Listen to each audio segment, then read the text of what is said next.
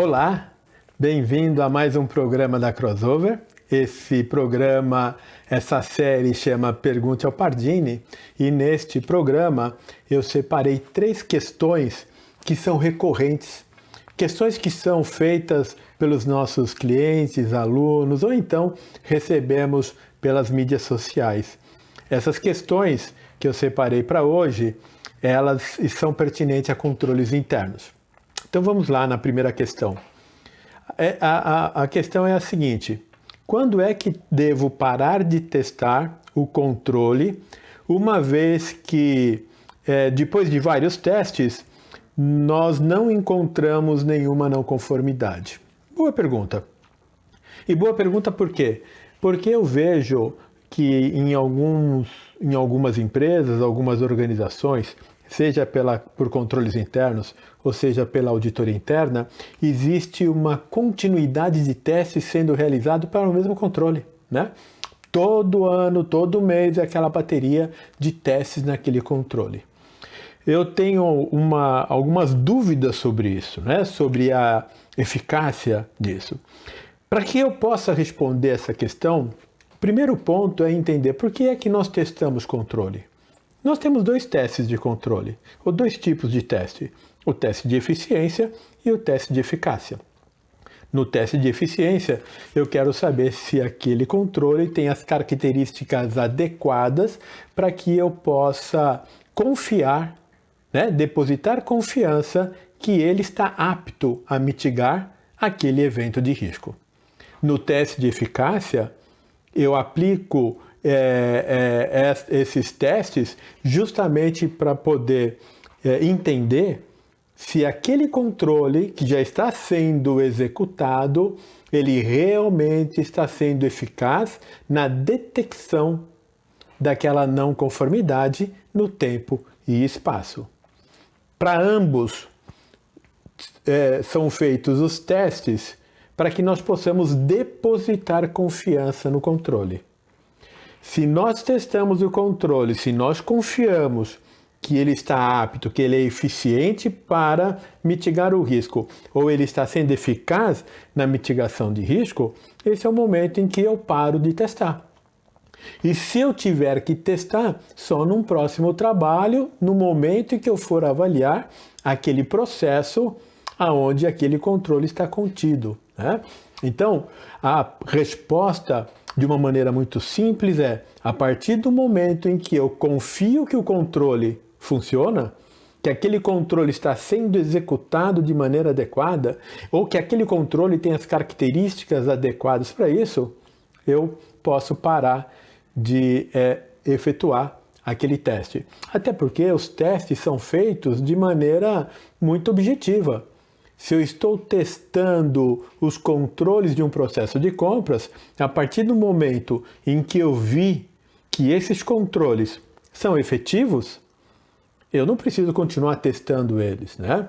Então, a resposta dentro do nosso entendimento é: a partir do momento que eu estou confortável que aquele controle funciona, ou que ele tem capacidade de funcionar, eu paro o teste por aí.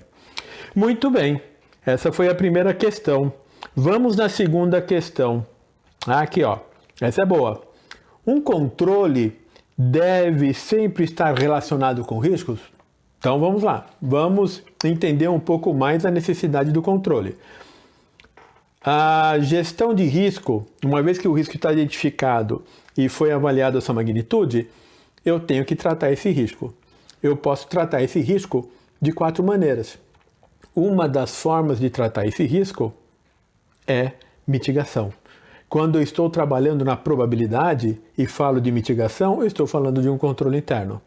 Um controle interno só faz sentido existir se ele estiver relacionado com um ou mais fatores de risco. O controle interno, ele é a nossa ação para mitigar que a probabilidade daquele evento possa ocorrer. Então, a gente está mitigando aquele fator de risco. Então, sim, controle interno sempre deve estar relacionado com um fator de risco. É para isto que ele serve. Nós temos uma outra questão. A terceira questão que eu quero trazer para vocês agora são quais os parâmetros que nós utilizamos para definir um controle. De novo, eu volto no risco. Se nós estamos falando que um controle é a resposta a um risco, eu tenho que entender qual é o fator desse risco. Então vamos pensar o seguinte, eu tenho o objetivo do processo, com base no objetivo do processo eu entendo qual é o risco que está relacionado com ele, e a partir do momento que eu conheço o risco, eu vou conhecer as causas desse risco. O que nós tratamos não é o risco, o que nós tratamos são as causas do risco. Se o meu risco, ou se o meu fator de risco é não estar em conformidade com a lei, eu preciso ter um controle que me permita agir e executar a tarefa em conformidade com a lei.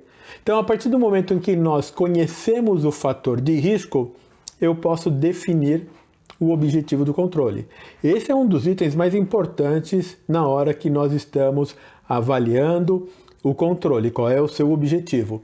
O objetivo do controle é a versão positiva do risco, ou daquele fator de risco. Se o meu fator de risco é não estar em conformidade com a lei, o meu controle tem como objetivo garantir que eu esteja em conformidade com a lei.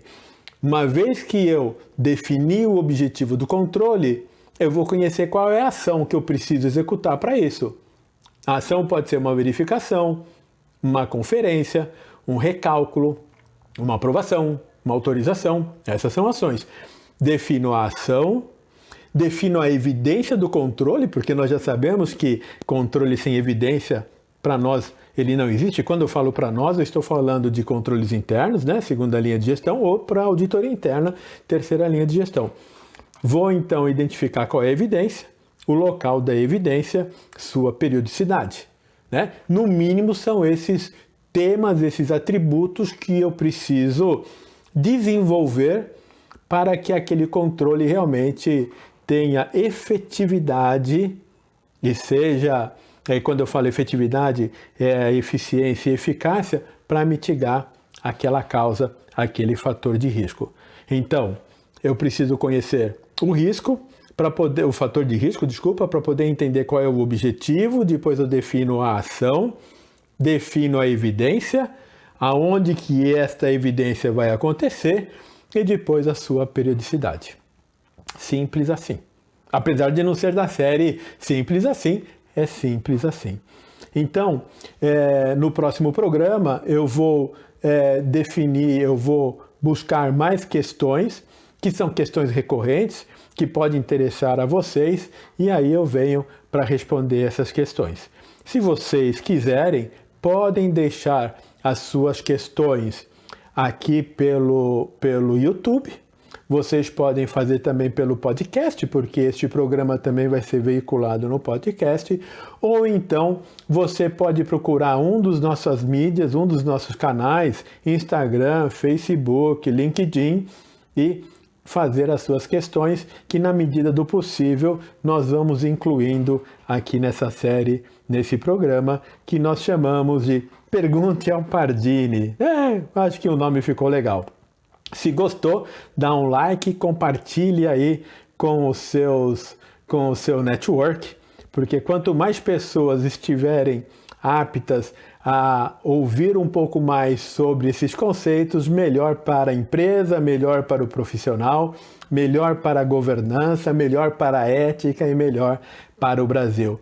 Vejo vocês no próximo programa. Até lá, hein?